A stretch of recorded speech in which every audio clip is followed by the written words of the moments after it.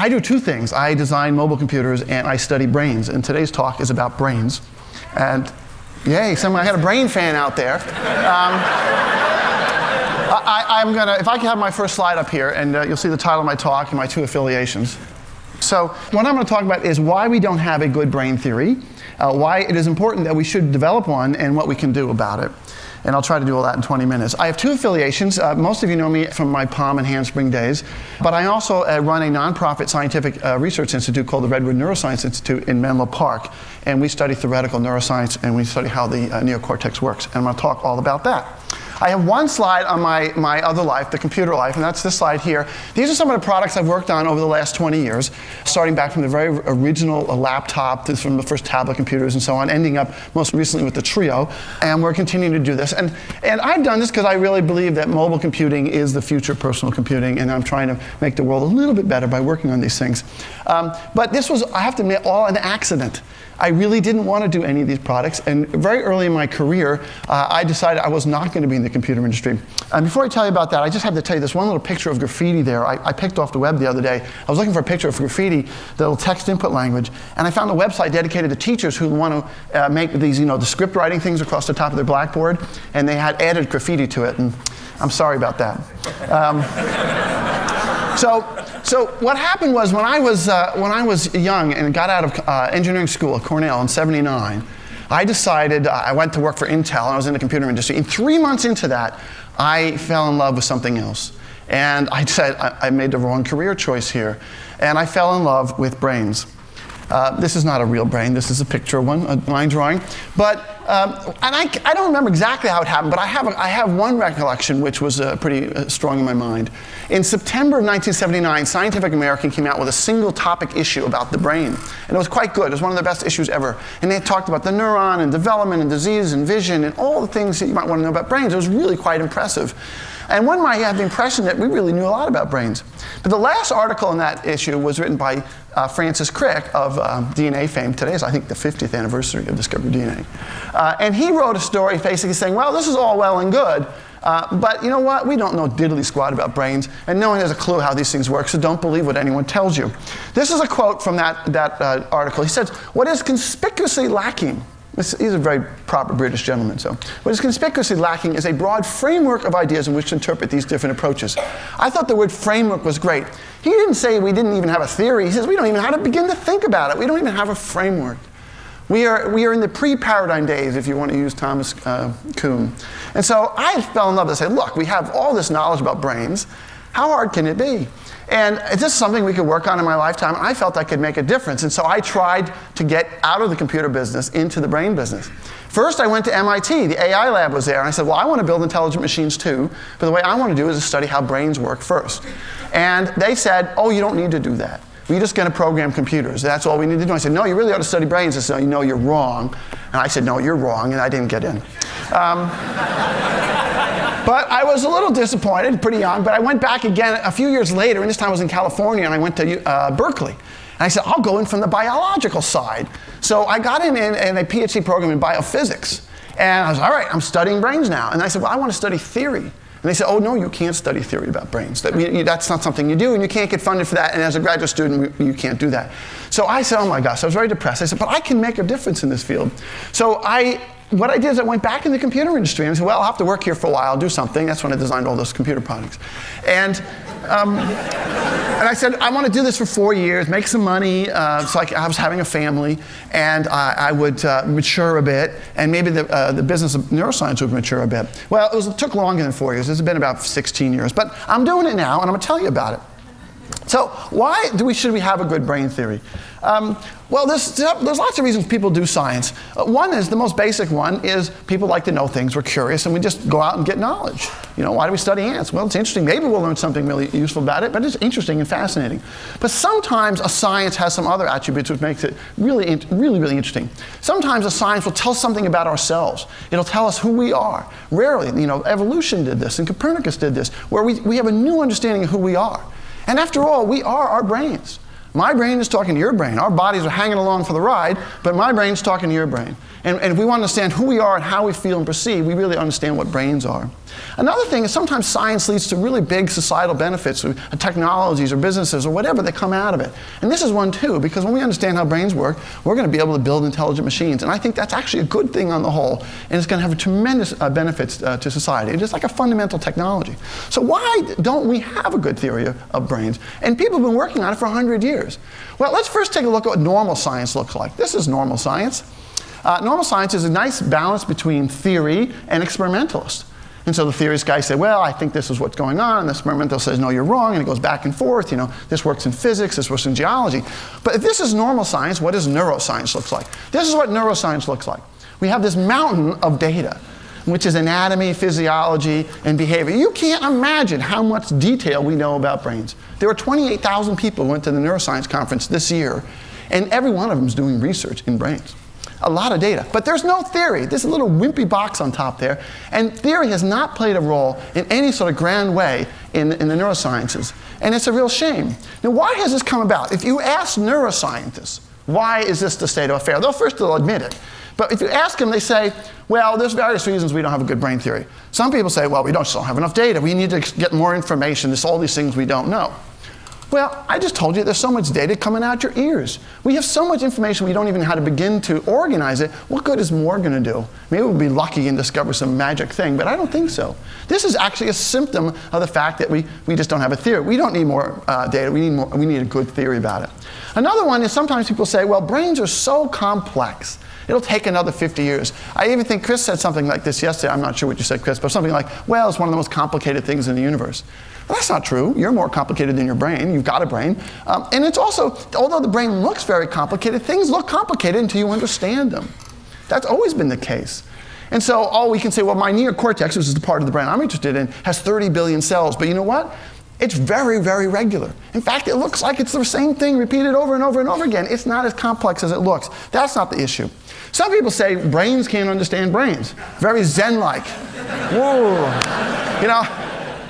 It sounds good, but why? I mean, what's the point? It's just a bunch of cells. You understand your liver, it's got a lot of cells in it too, right? So, what? I don't think there's anything to that. And then finally, some people say, well, I don't feel like a bunch of cells. I'm conscious, I got this experience, I'm in the world, and I can't be just a bunch of cells. Well, people used to believe that there was a life force to be living, and we now know that's really not true at all. And there's really no evidence this is all, other than people just have disbelief that cells could do what they do. And so some people have fallen into the pit of metaphysical dualism, some really smart people too, but we can reject all that. No, I'm going to tell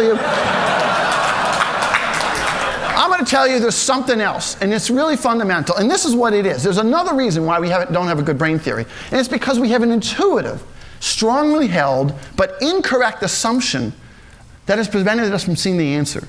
There's something we believe that just is obvious, but it's wrong. Now, there's a history of this in science, and so before I tell you what it is, I'm going to tell you a bit about the history of it in science. You look at some other scientific revolutions. In this case, I'm talking about the solar system, that's Copernicus, Darwin's evolution, and tectonic plates, that's Wegener. And they all have a lot in common with brain science. First of all, they had a lot of unexplained data, a lot of it. But it got more manageable once they had a theory. The best minds were stumped. Really, really smart people. We are not smarter now than they were then. It just turns out it's really hard to think of things, but once you've thought of them, it's kind of easy to understand it. My daughters understood these three theories in their basic framework by the time they were in kindergarten. And it's not that hard. Here's the apple, here's the orange, here's the earth goes around, that kind of stuff. Finally, another thing is the answer was there all along, but we kind of ignored it because of this obvious thing. And that's the thing. There was an intuitive, strongly held belief that was wrong. In the case of the solar system, the idea that the Earth is spinning, and the surface of the Earth is going like 1,000 miles an hour, and the Earth is going through the solar system at about 1,000,000 miles an hour, this is lunacy. We all know the Earth isn't moving. Do you feel like you're moving 1,000 miles an hour? Of course not. And someone who said, well, we're spinning around in space and it's so huge, they would lock you up, and that's what they did back then. So, it was intuitive and obvious. Now, what about evolution? Evolution is the same thing. We taught our kids, well, the Bible says, God created all these species. Cats are cats, dogs are dogs, people are people, plants are plants. They don't change. Noah put them on the ark in that order, blah, blah, blah. And, the fact is, if you believe in evolution, we all have a common ancestor. And we all have a common ancestor with the plant in the lobby. This is what evolution tells us. And it's true. It's kind of unbelievable. And the same thing about tectonic plates. All the mountains and the continents are kind of floating around on top of the Earth. It's like, doesn't make any sense. So, what is what is the intuitive but incorrect assumption that has kept us from understanding brains? Now, I'm going to tell it to you, and it's going to seem obvious that it's correct, and that's the point, right? Then I'm going to have to make an argument why you're incorrect about your assumption. The intuitive but obvious thing is that somehow intelligence is defined by behavior. That we are intelligent because of the way we do things and the way we behave intelligently. And I'm going to tell you that's wrong. What it is intelligence is defined by prediction. And I'm going to work you through this in a few slides here. I'll give you examples of what this means. Here's a system. Engineers like to look at systems like this. Scientists like to look at systems like this. They say, well, we have a thing in the box, and we have its inputs and its outputs. The AI people said, well, the thing in the box is a programmable computer, because that's equivalent to a brain, and we'll feed it some inputs, and we'll get it to do something, have some behavior. And Alan Turing defined the Turing test, which is essentially saying, we'll know if something's intelligent if it behaves identical to a human. A behavioral metric of what intelligence is. And this is stuck in our minds for a long period of time. Reality, though, I call it real intelligence. Real intelligence is built on something else.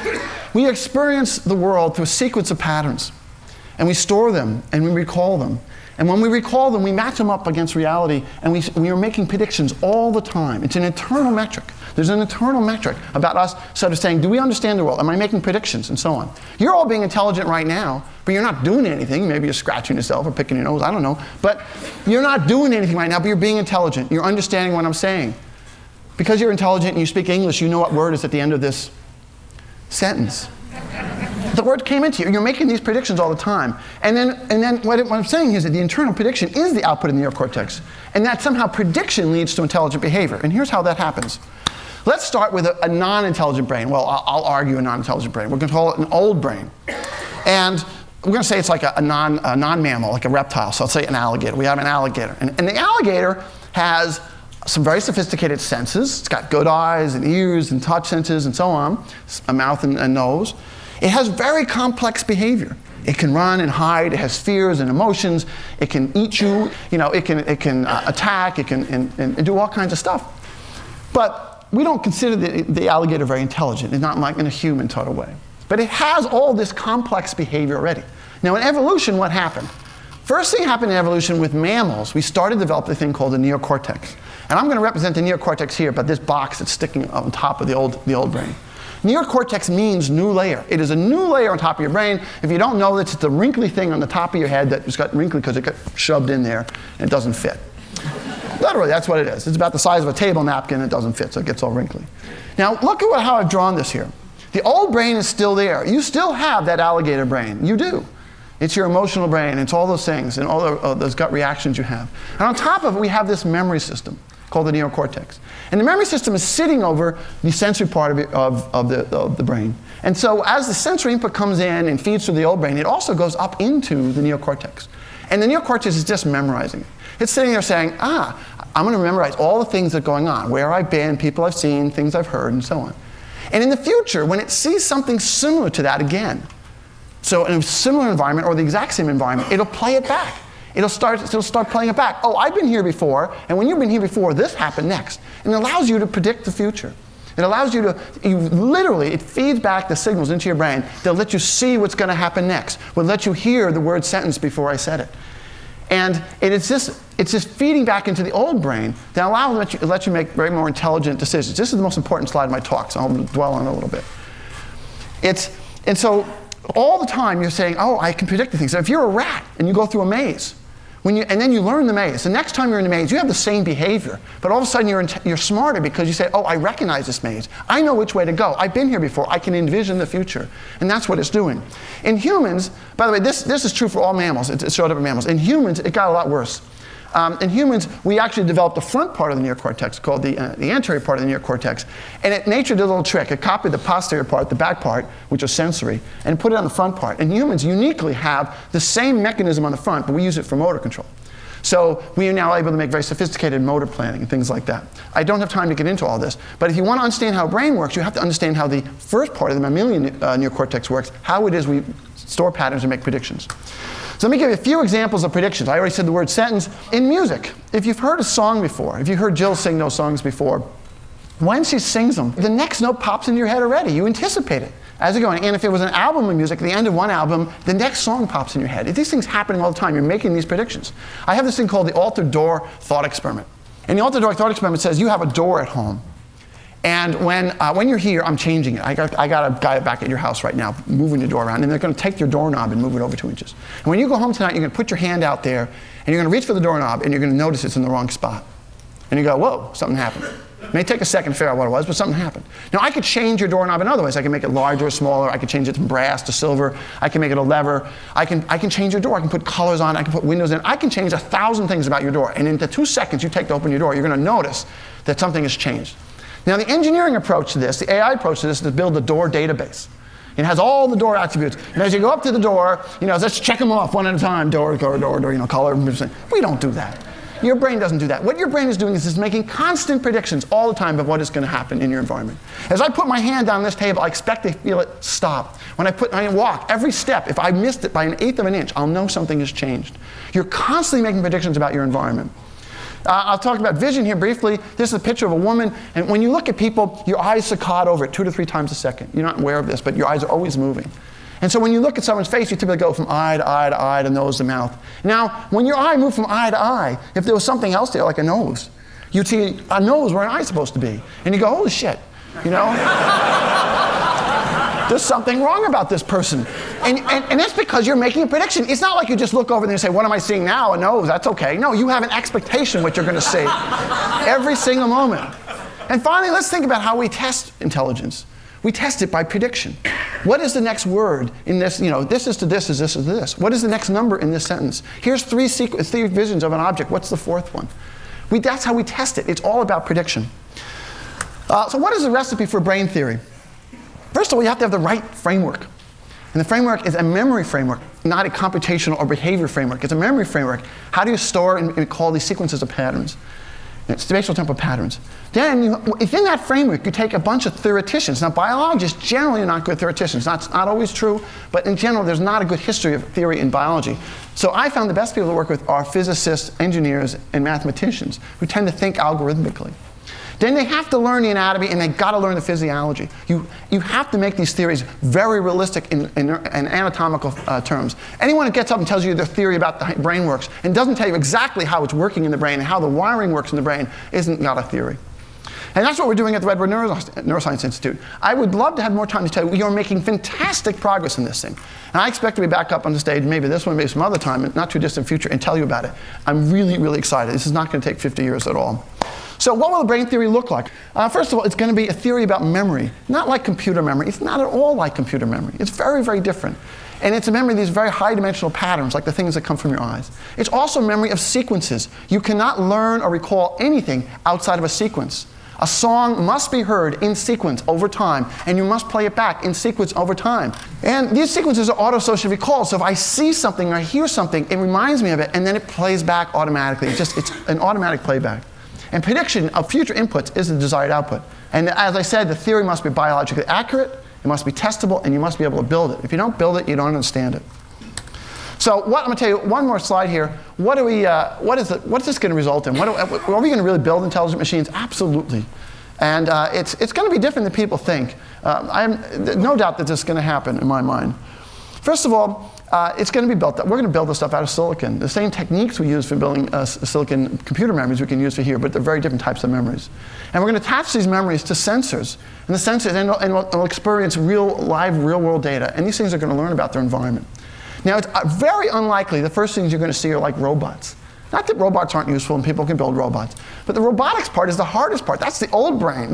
That's really hard. The new brain is actually kind of easier than the old brain. So the first things we're going to do are the things that don't require a lot of robotics. So you're not going to see 3CPO. You're going to more see things like intelligent cars that really understand what traffic is and what driving is and have learned that certain types of cars with their blinkers on for half a minute probably aren't going to turn, things like that.